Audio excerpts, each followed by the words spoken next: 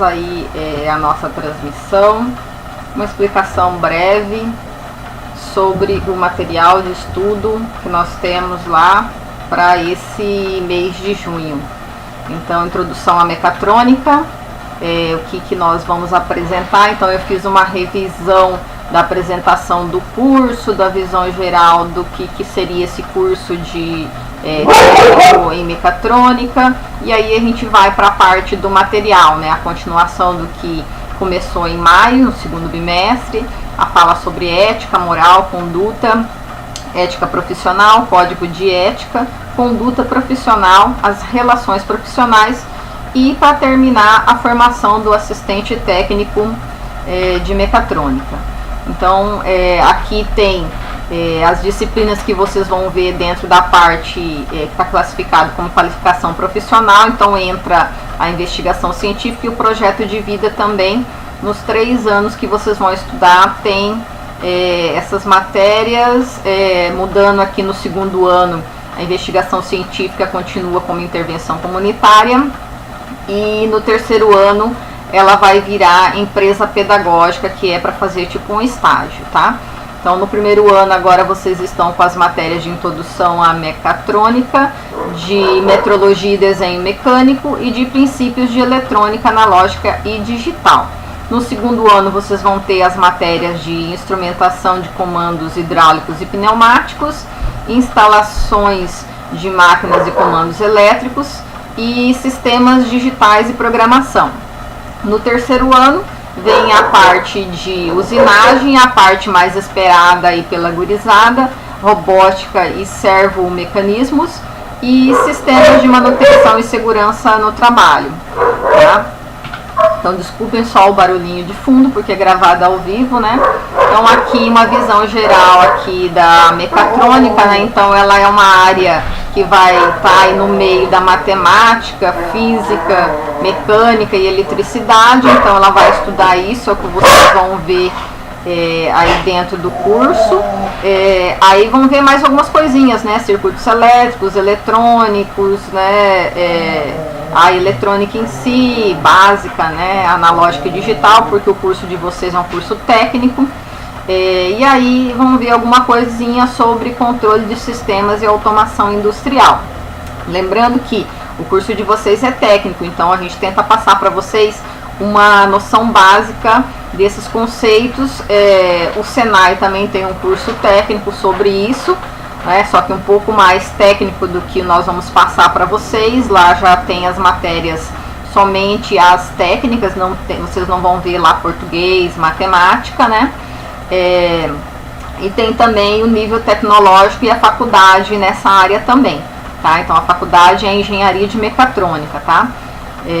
Então aí, só para complementar aqui, o técnico de mecatrônica, então ele vai estar aí no meio da área de elétrica, mecânica e informática, e vai atuar com equipamentos, máquinas, dispositivos para automação industrial, que alguns chamam de sistemas robotizados, né? Então, por isso que às vezes quando a gente fala mecatrônica, algumas pessoas já lembram de robótica. Então, aqui eu coloquei nesse material para vocês mais um pedaço dessa introdução aí a essa área de mecatrônica, pegando o material aí desses 2 autores, Mendonça e Januário, que eles estão falando que essa área está em ascensão no mercado, né? Então, vocês têm muito serviço, né? Assim que se formarem, ou até mesmo antes, se vocês já tiverem algum conhecimento básico ou alguma vontade de aprender, vocês podem pegar, fazer um currículo e tentar estágio nessa área, já matriculados no ensino médio mesmo, levando no IEL, que fica ali na Casa da Indústria, ou no CIEE, que fica um pouquinho mais ali no centro da cidade, tá? Então vocês conseguem estágio já nessa área, então é só levar o currículo lá, tá bom? Aqui esses 2 autores estão falando aqui que essa área está em ascensão, lembrando que está trabalhando com sistemas mecatrônicos, porque existe uma necessidade aí no mercado de trabalho de trabalhar com esses sistemas automatizados, robotizados, para facilitar alguns serviços, né? Vamos aqui ver mais uma parte do que eles falam, falando a nível de ensino. Eles abordam o tema de robótica pedagógica, né? Então seria o uso da robótica para entender conceitos de física, de matemática, dentre outros, né? Então os principais, esses dois aí. Então deixa eu ver, aqui no final eles citam um autor aqui que fala do único problema para trabalhar com robótica, que alguns dos materiais são caros. Então quais são os materiais principais para trabalhar com robótica?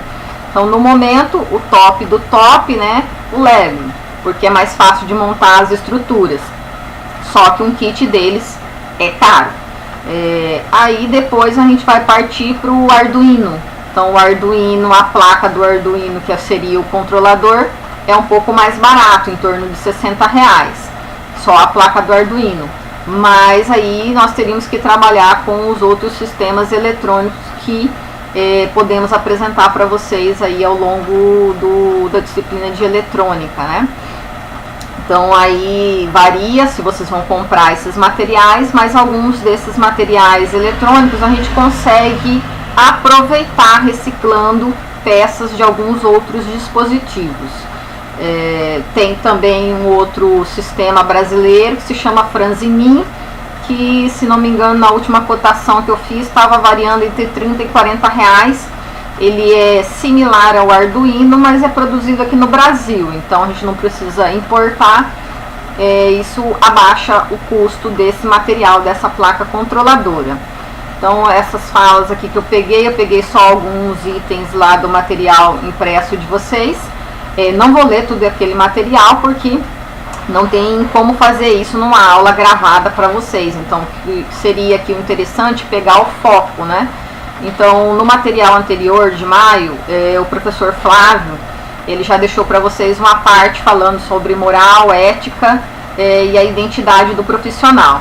Então essa moral e essa ética se confundem uma coisa com a outra, como estava escrito naquele material, e ela vai abordar uma parte lá dos pensamentos humanos, né? Então o que seria certo, o que seria errado, tá? E aí quando a gente traz isso para a parte profissional, então vem essa fala que está aqui, né? Fazer diz respeito à competência, à eficiência que todo profissional deve possuir para exercer bem a sua profissão. Então é isso que a gente está tentando tratar.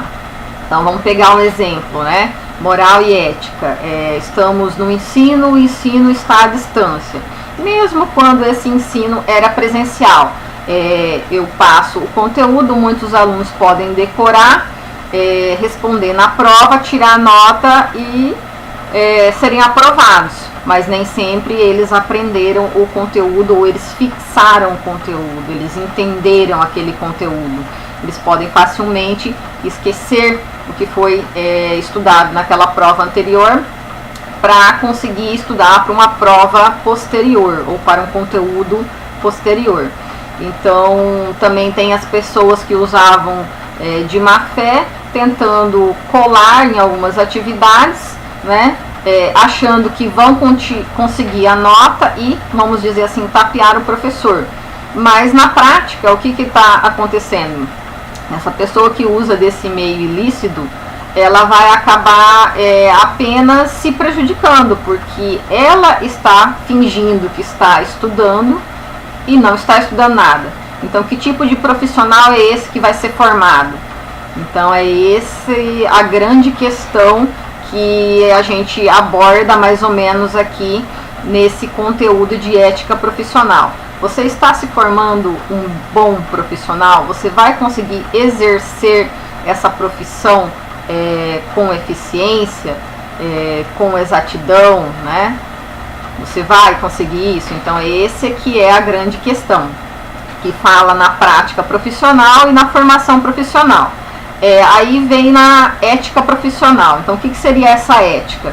Você ser um profissional ético é cumprir as normas, fazer tudo com segurança, que além da moral e ética, depois quando vocês trabalham com alguns sistemas, tem uma parte de segurança, segurança no trabalho, né? Esse código de ética Algumas instituições têm, por exemplo, o SESI, o Senai tem um código de ética. Depois, se vocês quiserem dar uma olhada, eu vou colocar um link para vocês darem uma olhadinha na próxima aula no código de ética, para vocês saberem mais ou menos do que se trata, o que seria isso. Então, seria uma comissão que vai organizar o que pode se fazer ou não pode se fazer, tá? Dentro da profissão. A função principal desse código de ética, então, seria definir princípios e regulamentar a atuação, ou seja, ele vai se referir a normas, a direitos e deveres. Então, norma era uma outra coisa que apareceu, um outro conceito que apareceu no material anterior, né? E aí é uma coisa que é estabelecida para quê? Para que a sociedade possa fazer com que as pessoas convivam sem conflitos, né? Então, a partir do momento que você tem direito, você tem deveres. Então, os seus deveres, os seus direitos vão até um ponto que não atrapalhe os direitos ou deveres de outra pessoa, né? Então, isso aí é uma coisa mais ou menos padrão que está sendo vista aqui. Então, eu vou colocar para vocês na atividade apenas alguns conceitos breves desse material. Então, não dá para trabalhar tudo isso, porque no simulado mesmo desse material vai ter só 3 questões desse material todo aqui de mecatrônica, né? De introdução à mecatrônica, na verdade. Então, aí lá no material, no texto, tem para vocês os direitos e os deveres, né? Dentro do código de ética, aí seria cumprir a função desse perfil profissional, e os deveres seria mais ou menos os deveres universais, né? Então, cuidado pessoal, cuidado com o outro, e quando a gente fala também em universal, aí a gente lembra também de cuidados com o meio ambiente, tá? Então, essa definição de deveres seria o cumprimento das regras de convívio social também, né, para o ser humano. Então, aqui só para a gente finalizar essa parte de ética. Então, como eu avisei para vocês, era bem curtinho e rapidinho, então não tinha muito assunto, né, para a gente ficar abordando. Deixa só eu dar uma conferida aqui.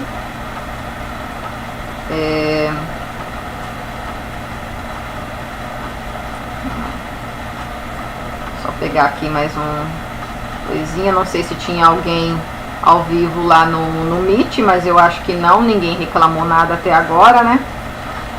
Então, só para a gente terminar aqui, né? Na área da profissão, quando a gente fala de conduta profissional, aparecem 3 itens, né? Na área da profissão, na ordem profissional e na área da clientela profissional. Tá? E aí, para terminar, a qualidade do desempenho dessas tarefas vai identificar a sua relação de caráter profissional com o exercício da profissão. Então, é o que eu falei, né? A qualidade do que você vai fazer depois que você tiver formado, ou quando você estiver executando a sua, vamos dizer assim, o seu serviço, quando você estiver lá na empresa, é que vai definir se você é um bom profissional ou não. Então, vamos dizer assim, um dos itens que poderia estar lá seria o seguinte: você está lá na empresa começando, e aí o chefe manda você fazer determinada ação. Se você não sabe, um dos caráteres, ou melhor, um dos itens dessa ética seria dizer para ele: olha, eu não sei ainda, me explique como é que é para ser feito, tá? E ver como é que isso seria feito na teoria, que é o que a gente está tentando passar para vocês. Então, são essas coisas que vão entrar ali nesse caráter do profissional, tá?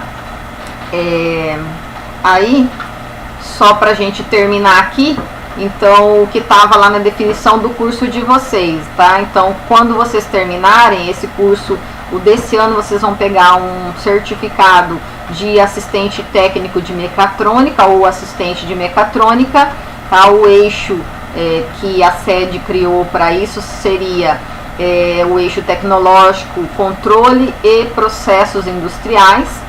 E aí aparece para vocês o que vocês deveriam aprender de habilidades nesse ano, né? Então, identificar novas situações, auto-organizar-se, tomar decisões, trabalhar em equipe de forma ética, usando os conhecimentos e habilidades de forma interdisciplinar, aplicando-os para o alcance da qualidade do trabalho desenvolvido.